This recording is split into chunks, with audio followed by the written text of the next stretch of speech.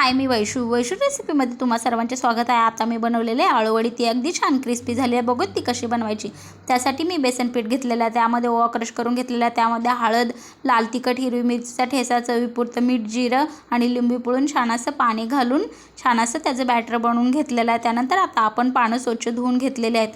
त्यानंतर पातेल्यामध्ये पाणी घालून लिंबू घालून उकळण्यासाठी ठेवूयात। त्यानंतर एका पानाला छान असं बेसन पीठ लावून लेयर लावून घेऊन वडी बनवून घेऊयात। त्यानंतर फायनली आपल्या वड्या बनवून झालेल्या आहेत। आता आपण त्या उकडण्यासाठी ठेवूयात। 15 ते 20 मिनिटं छान अशा वड्या उकडून घेऊयात। फायनली आपल्या वड्या उकडलेल्या आहेत, त्या थंड करून आता आपण कट करून घेऊयात। त्यानंतर वड्या कट करून झालेल्या आहेत। आता आपण तेल गरम करण्यासाठी ठेवूयात। त्यानंतर तेल तापल्यानंतर त्यामध्ये एक वडी घालून छान अशी लो टू मिडियम फ्लेम करून क्रिस्पी अशा तळून घेऊयात। त्यानंतर तुम्ही बघू शकता फायनली आपल्या गरमागरम अशा वड्या रेडी आहेत। व्हिडिओ आवडल्यास लाईक करा, शेअर करा, सबस्क्राईब करा। Thank you for watching. एकदा ट्राय करून बघा।